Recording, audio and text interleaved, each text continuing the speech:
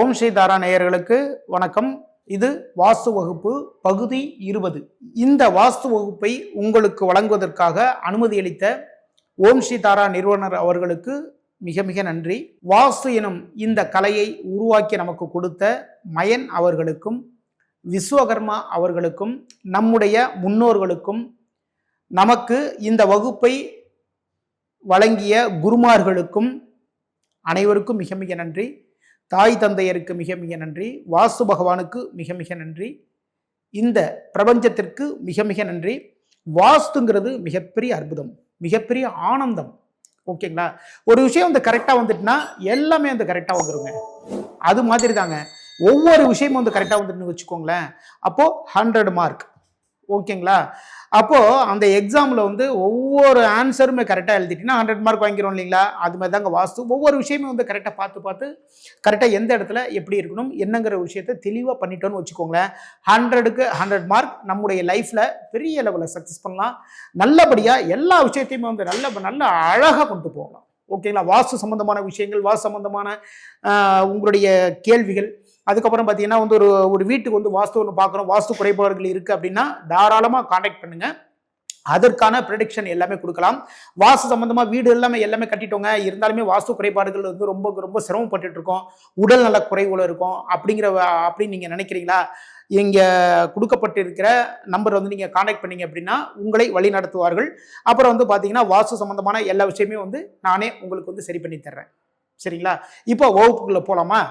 இந்த வகுப்பு இதுக்கு முன்னாடி பார்த்தோம்னா, அதாவது நம்முடைய வீட்டில் கட்டுறோம் மேல்நிலை தண்ணீர் தொட்டி. மேல்நிலை தண்ணீர் தொட்டி வந்து எந்தெந்த இடத்துல வச்சா சிறப்பு அப்படிங்கிறது வந்து சென்ற வகுப்பில் பார்த்தோம். எங்க அப்படின்னா தென்மேற்கு. ஓகேங்களா? தென்மேற்கு என்று சொல்லக்கூடிய நைருதி மூலையில் மேல்நிலை தண்ணீர் தொட்டி அகலம் குறைவாகவும் நீளம் 2 மடங்கு இருக்கலாம் தாராளமா. ஓகேங்களா? 2 மடங்குக்கு வந்து தாண்டாம இருக்கிறது மிக சிறப்பு. தாண்டா கூட ஒன்றும் பிரச்சனை இல்லைன்னு வச்சுக்கோங்களேன். ஓகேங்களா? 2 மடங்கு வந்து தாண்டாம இருக்கிறது மிக மிக சிறப்பு. 7 அடின்னா 14 அடி, இல்லை 14.5 அடி, அந்த ரேஞ்சில் வச்சுக்கோங்க. இதனுடைய அமைப்பு எப்படிங்கிறது நம்ம பார்த்தோம். ஒரு ஆறு ரிவர் சொல்றோம் இல்லைங்களா? அந்த ரிவருடைய ஆற்றின் ஓட்டம் எப்படி இருக்கும்? அகலம் கம்மியா இருக்கும், நீளம் வந்து கிலோமீட்டர் கணக்கில் இருக்கும். அகலம் பார்த்தீங்கன்னா வந்து ஒரு 40-50 அடி இருக்கும். ஒரு ஆறுனுடைய நீளம், ஆறுடைய அகலம், சில ஆறுலாம் பார்த்தீங்கன்னா வந்து 1 கிலோமீட்டர் கூட இருக்கு.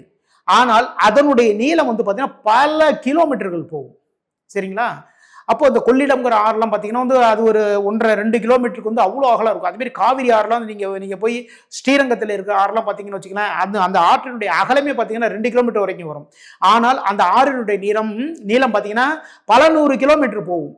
அது மாதிரி தாங்க அகலம் வந்து கம்மியாக இருக்கணும், நீளம் வந்து அதிகமாக இருக்கணும். 2 மடங்கு வந்து அதிகமாக இருக்கலாம். 2 மடங்கு தாராளமாக இருக்கலாம். 7 அடினா 14 அடி, 5 அடினா பார்த்தீங்கன்னா 10 அடி, இல்லை 9 அடி, அந்த ரேஞ்சுக்கு வந்து தாராளமாக வரைக்கும் போகலாம்னு வச்சுக்கோங்களேன். இப்போ இந்த அமைப்புல தான் வந்து நம்ம இந்த மேல்நிலை தண்ணீர் தொட்டி கட்டுறோம். மேல்நிலை தண்ணீர் தொட்டி எங்க அப்படின்னா தென்மேற்கு நைருதி மூலை, ஃபர்ஸ்ட் கிளாஸ், மிக மிக சிறப்பு, 100க்கு 100 மார்க். அதற்கடுத்ததாக 75 மார்க். எவ்வளவு அப்படின்னா மேற்கு, அதாவது சென்டர் மேற்கு. ஓகேங்களா? மேற்கின் மையம். அதே மாதிரி பார்த்தீங்கன்னா அதுக்கடுத்து 75 மார்க் எங்க அப்படின்னா தெற்கு, அந்த தெற்கினுடைய மையம்.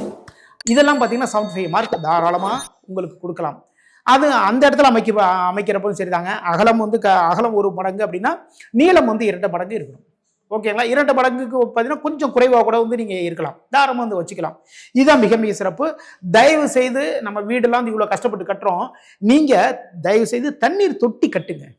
சின்டெக்ஸ் வந்து வேண்டாம். சின்டெக்ஸ் தொட்டிலாம் வந்து நீங்கள் வாங்கி வைக்கிறீங்க, அதெல்லாம் பார்க்கும்போது பார்த்தீங்கன்னா ரொம்ப உடல் சார்ந்த பலவிதமான பிரச்சனைகள், பலவிதமான தொல்லைகள் பட்டுக்கிட்டே இருக்காங்க ரொம்ப பேர். அதுக்கு காரணம் என்னன்னா இந்த சின்டெக்ஸ் டேங்க் மட்டும்தான். ஓகேங்களா? அதன் மூலமாக பலவிதமான தொல்லைகள் எல்லாமே அனுபவிக்கிறாங்க. சின்டெக்ஸ் டேங்கை முதல்ல எடுங்க, நீங்கள் தண்ணீர் தொட்டி கட்டுங்க. அது எவ்வளவு செலவாயிட போகுது? பல லட்ச ரூபாய் செலவு பண்ணி கட்டுறோம். ஓகேங்களா? அதுக்கு பார்த்தீங்கன்னா ஒரு குறிப்பிட்ட கொஞ்சம் செலவு தான் ஆகும். சரிங்க. இப்போ நம்ம எங்கெங்கெல்லாம் வந்து நம்ம வைக்கக்கூடாதுன்னா வடக்கு பக்கமாக வந்து நம்ம டேங்க் வந்து, அதாவது மேல்நிலை தண்ணீர் தொட்டி வைக்கவே கூடாதுங்க. வடக்கு பக்கம் தான் பார்த்தோம்னா குபேரனுடைய திசைன்னு சொல்கிறோம். ஓகேங்களா?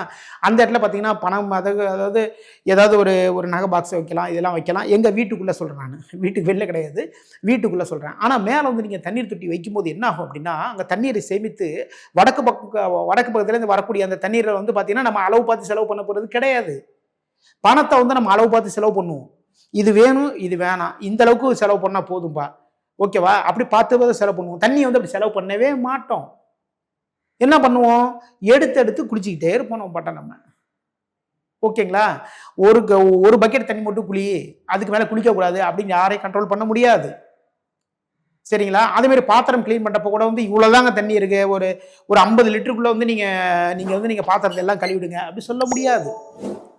அப்போ வடக்கு பக்கமாக நீங்க தண்ணீர் தொட்டி வச்சீங்க அப்படின்னா அது குபேர திசை. அங்க வந்து சேரக்கூடியது வந்து பாத்தீங்கன்னா குபேரனுடைய பொருளாதாரம் என்று சொல்லக்கூடிய பணம். அந்த பணம் வந்து சேருது. அந்த பணத்தை வந்து நீங்க என்ன பண்றீங்க அப்படின்னா அளவில்லாமல் செலவு செய்கின்றீர்கள். அப்போ என்ன நடக்கும், தண்ணீருங்கிறது பாத்தீங்கன்னா சந்திரன். ஓகேங்களா? சந்திரன் தான் பாத்தீங்கன்னா தினசரி அன்றாட செலவுன்னு சொல்லி ஜோதிடத்துல வந்து. அப்போ என்ன ஆகும், தினசரி அன்றாட செலவுகளுக்கு நாம் கஷ்டப்படக்கூடிய சூழல்கள் வந்து சேர்ந்து விடும். நீங்க வந்து ஒரு பிளாட்ல போய் தங்குங்க. அந்த பிளாட்ல மொத்தம் ஒரு 10 வீடு இருக்குன்னு வச்சுக்கோங்களேன், இல்லை 8 வீடு இருக்குன்னு வச்சுக்கோங்களேன். அங்க பாத்தீங்கன்னா அந்த பிளாட்ல வந்து வடக்கு பக்கமாக அந்த மேல்நிலை தண்ணீர் தொட்டி தான் நான் சொல்றேன், மேல்நிலை தண்ணீர் தொட்டி வடக்கு பக்கமாக கட்டியிருந்தாங்கன்னு வச்சுக்கோங்களேன். அந்த பிளாட்ல இருக்கிறவங்க எல்லாருமே பாத்தீங்கன்னா பொருளாதாரத்தை வந்து அவ்வளவு கஷ்டப்பட்டுட்டு தான் இருப்பாங்க. பயங்கர கஷ்டத்திலே இருந்துட்டு இருப்பாங்க. ஒவ்வொரு மாதமும் வாடகை வந்து அவ்வளவு ஈஸியா கொடுக்க முடியாது ஓனருக்கு. அவ்வளவு கஷ்டப்பட்டு தான் இருப்பாங்க. என்னங்கிறது தெரியவே தெரியாது. நான் இதுக்கு முன்னாடி இருந்த இடத்துல கூட நல்லாதாங்க இருந்தேன். இந்த பிளாட் வந்து ரொம்ப சூப்பரா சொல்லி வந்து இங்க வந்துட்டேன். வந்தப்புறம் பாத்தீங்கன்னா மத்ததெல்லாம் வந்து கரெக்டா தான் இருக்குன்னு சொல்றாங்க. இதெல்லாம் பாத்தீங்கன்னா இப்படி இருக்கு அப்படின்னா அது காரணம் வந்து அதுதான். வடக்கு பக்கமாக இருக்கக்கூடிய அந்த மேல்நிலை தண்ணீர் தொட்டி தான் காரணம். இது வந்து பாத்தீங்கன்னா பணம் பொருளாதாரத்துல மட்டும் கிடையாதுங்க, உடல் நலம் சார்ந்த பலவிதமான பிரச்சனைகள் வந்து கொண்டாந்து விட்டுருங்க வடக்கு பக்கமாக இருக்கிறது. சரிங்களா? இதுக்கு அடுத்தது கிழக்கு பக்கமா வந்து நீங்க வைக்கிறீங்க. ஓகேங்களா? கிழக்கு பக்கம் தான் பாத்தீங்கன்னா நமக்கு வந்து நல்ல நல்ல விஷயங்கள், நல்ல தெய்வீகமான சம்பந்தங்கள் இதெல்லாம் வந்து கொடுக்கக்கூடியது பாத்தீங்கன்னா கிழக்கு பக்கமா வந்து வரக்கூடியது. கிழக்கு திசை தான் பாத்தீங்கன்னா இந்திரனுடைய திசைன்னு சொல்றோம். இங்க கிழக்கு பக்கமா இருக்கக்கூடிய இந்த இடத்துல வச்சோன்னு வச்சுக்கோங்களேன், சில பேருக்கு என்ன ஆகும் அப்படின்னா இது வந்து இது பார்த்ததுதான் வச்சோம்னா அங்க வந்து பாத்தீங்கன்னா நரம்பு சம்பந்தமான பிரச்சனைகளை வந்து வருது. நரம்பு சம்பந்தமான பிரச்சனைகள் இதெல்லாமே வந்து கொடுக்குது. கிழக்கு பக்கமா வந்து வச்சிட்டோம் அப்படின்னா நரம்பு சார்ந்த பிரச்சனைகள். அதே மாதிரி பாத்தீங்கன்னா அந்த வீட்டுல வந்து சுபகாரிய நிகழ்வுகள் சொல்றாங்க இல்லைங்களா, சுபகாரிய நிகழ்வுகள் வந்து தடைபட்டு போகின்றது. சுபகாரிய நிகழ்வுகளுக்கு வந்து பலவிதமான சங்கடங்கள் வந்து வந்துருதுங்க.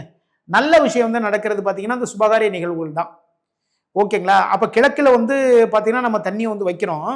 அந்த தண்ணீரை வந்து எதுக்கெல்லாம் நம்ம செலவு பண்றோம், குளிக்கிறதுக்கு செலவு பண்றோம், பாத்திரம் கழுவுறதுக்கு மட்டுமா செலவு பண்றோம். ஓகேங்களா? கழிவறைகளுக்கும் அந்த தண்ணீரை செலவு செய்கின்றோம். அப்போ வடக்கு பக்கமா வந்து குபேரனுடைய திசையில வந்து வரக்கூடிய அந்த தண்ணீரை வந்து என்ன பண்றோம், நம்ம கழிவறைக்கும் செலவு பண்றோம், வீட்டுக்கும் செலவு பண்றோம்.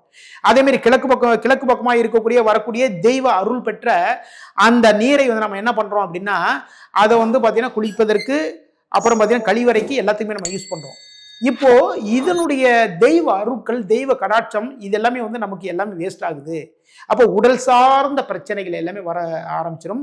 அப்புறம் பார்த்தீங்கன்னா பொருள் சார்ந்த பிரச்சனை, சுபகாரிய தடைகள், சுபகாரிய நிகழ்வுல பல சங்கடங்கள் இதெல்லாமே வந்து வரதுக்கான காரணம் வந்து இது அமைஞ்சிருது. நீங்க வேணாந்து ஒரு பிளாட்ல வந்து போய் செக் பண்ணி பாருங்க. அங்க பார்த்தீங்கன்னா கிழக்கு பக்கமா வந்து கரெக்டா வந்து கிழக்கு சென்டர்னு வச்சுக்கோங்க. சரிங்களா? கிழக்கு பக்கமா வந்து ஒரு வாட்டர் டேங்க் ஒன்று வச்சிருக்காங்க. அப்படி அந்த அதாவது மேல்நிலை தண்ணீர் தொட்டி நான் சொல்றேன், அந்த மேல்நிலை தண்ணீர் தொட்டி வச்சிருக்காங்கன்னு வச்சுக்கோங்களேன். அந்த மேல்நிலை தண்ணீர் தொட்டி வச்சிருக்காங்க அப்படின்னா அந்த வீட்டுல இதெல்லாமே நடக்குங்க. சரிங்களா? அந்த பிளாட்ல இருக்கவங்களுக்கு பாத்தீங்கன்னா சுபகாரிய நிகழ்வுங்கிறது வந்து பாத்தீங்கன்னா ரொம்ப எட்டாக்கனியாவே இருந்துகிட்டே இருக்கும். எல்லாமே குழந்தைங்க இருப்பாங்க, மேரேஜ் பண்றதுக்கு எல்லாம் ஏற்பாடு பண்ணிட்டு இருப்பாங்க. தடைகள் வந்துட்டு இருக்கும். பலவிதமான இன்னல்கள், இந்த கஷ்டத்துலதான் போயிட்டே இருப்பாங்க அவங்க. அதற்கு அடுத்ததாக வடகிழக்கு. ஓகேங்களா? வடகிழக்குல கொண்டு போய் வச்சிருவாங்க சில பேர். வடகிழக்கு வந்து கரெக்டா கொண்டு போய் வாட்டர் டேங்க் இருக்கும், அந்த பிளாட்ல கூட இந்த மாதிரி வச்சிருப்பாங்க. இல்ல உங்களுடைய வீட்டிலே வச்சுட்டீங்கன்னு வச்சுக்கோங்களேன், இதயம் சார்ந்த பிரச்சனைகள் வந்துடும். ஓகேங்களா? என்னன்னா வடகிழக்குங்கிறது தான் பாத்தீங்கன்னா அங்கேருந்தா தெய்வத்தினுடைய அருள் வந்து நமக்கு வருது. முக்கியமான விஷயம் அது. நம்முடைய உடலுக்கு முக்கியமான விஷயம் வந்து எது? இதயம். சரிங்களா? ஹார்ட் சம்பந்தமான பிரச்சனை வரதுக்கான வாய்ப்புகள் அதிகப்படியா இருக்கு. அதே மாதிரி பார்த்தீங்கன்னா நரம்பு கோளாறுகள் வரதுக்கான காரணங்களும் இருக்கு. வடகிழக்குல கொண்டு நீங்க தண்ணீர் தொட்டி வச்சிருக்காங்க. அந்த வீட்டில் இருக்கக்கூடிய அதாவது பெரிய குழந்தை இருக்காங்க இல்லைங்களா, முதல் குழந்தை இருக்காங்க இல்லைங்களா, அவங்களுக்கு வந்து உடல் நலிவு வந்துடும். அந்த வீட்டுல பாத்தீங்கன்னா வந்து அரசாங்கம் சம்பந்தமா வந்து ரெய்டு வருவாங்க.